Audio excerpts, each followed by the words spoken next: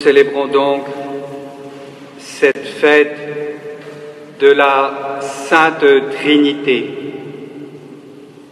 Dieu est un, Dieu est unique, mais Dieu est Père, Fils, Esprit Saint. Et chaque fois que nous faisons le signe de la croix, nous le disons, nous l'affirmons au nom du Père et du Fils et du Saint-Esprit. Nous affirmons que Dieu est Père, Fils, Jésus-Christ, Esprit Saint, Esprit d'amour. Et chaque fois, depuis 2000 ans qu'un baptême est célébré, nous disons « Je te baptise au nom du Père et du Fils et du Saint-Esprit ». Et pourtant, le mot Trinité n'est pas dans la Bible. Ce qui est dans la Bible et dans les évangiles en particulier et dans les lettres de Saint Paul, c'est la réalité de la Sainte Trinité. C'est la vérité sur la Sainte Trinité. Et le mot a été formulé après pour dire cette foi que nous avons en ce Dieu en trois personnes. Et c'est Jésus qui nous l'a révélé. Jésus qui nous a fait connaître la Sainte Trinité. Et en particulier dans cet évangile, Jésus parle de l'Esprit Saint et il parle de son Père. Tout ce que possède le Père est à moi. Tout ce que possède le Père du ciel est à moi, le Fils. Et Jésus a dit, toujours dans cet évangile de Saint Jean, « Le Père et moi, nous sommes un. Qui m'a vu a vu le Père. » Oui, il y a une unité profonde, une unité totale entre Jésus le Fils et le Père du ciel. Et cette unité, nous la retrouvons aussi dans cet évangile avec l'Esprit Saint, celui que Jésus appelle ici l'Esprit de vérité. L'Esprit de vérité. Rappelons-nous une autre parole de Jésus, « Je suis le chemin, la vérité et la vie ». Jésus est la vérité, l'Esprit est la vérité, ils ne font qu'un. Et cet Esprit Saint, il nous a été donné, il a été donné aux apôtres au jour de la Pentecôte, il nous a été donné à notre baptême, il nous est donné chaque jour quand nous le prions.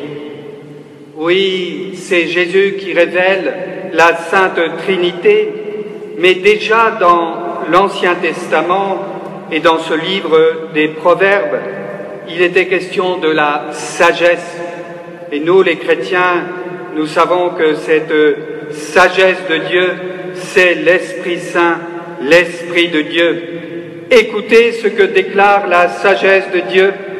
Le Seigneur m'a faite pour lui, principe de son action, première de ses œuvres depuis toujours. Avant les siècles, j'ai été formé, dès les commencements, avant l'apparition de la terre.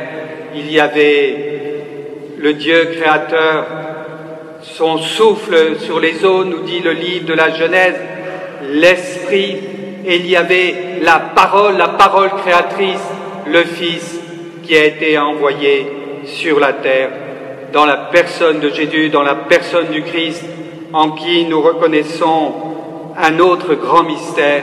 Jésus est totalement homme, totalement Dieu. Alors oui, nous croyons en cette Trinité sainte, cette Trinité d'amour. Nous croyons en ce Dieu Père, Fils, Esprit Saint. Mais je ne crois pas qu'on puisse en parler en dehors de notre vie chrétienne, parce que d'abord, il nous faut, quand nous témoignons, quand nous rencontrons des personnes, parler du Dieu créateur, parler de ce Dieu qui est au-dessus du monde, qui est unique, qui est saint. Et si une personne croit en Dieu, alors oui, à ce moment-là, nous pouvons parler de Jésus, nous pouvons témoigner de Jésus, nous pouvons témoigner de Jésus qui est l'envoyé de Dieu, l'envoyé du Père, Jésus qui est totalement Dieu, totalement homme, Jésus qui est vivant, ressuscité.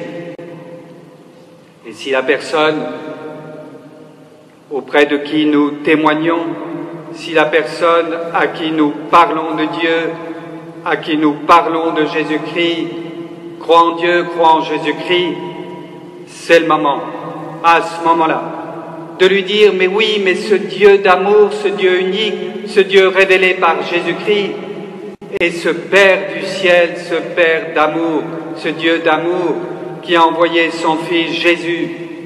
Et quand le Fils est parti et reparti auprès du Père après sa résurrection, il nous a envoyé l'Esprit Saint, l'Esprit de Dieu, l'Esprit d'amour.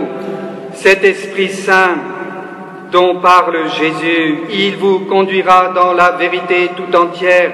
Cet Esprit, il dira, ce qu'il dira ne viendra pas de lui-même, mais ce qu'il aura entendu du Père et du Fils, il le dira.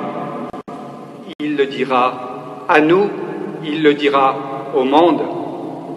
Alors oui, nous pouvons croire, nous pouvons dire, nous pouvons témoigner que Jésus est le Fils de Dieu et que le Père ne fait qu'un avec le Fils et qu'il nous donne l'Esprit Saint, l'Esprit d'amour.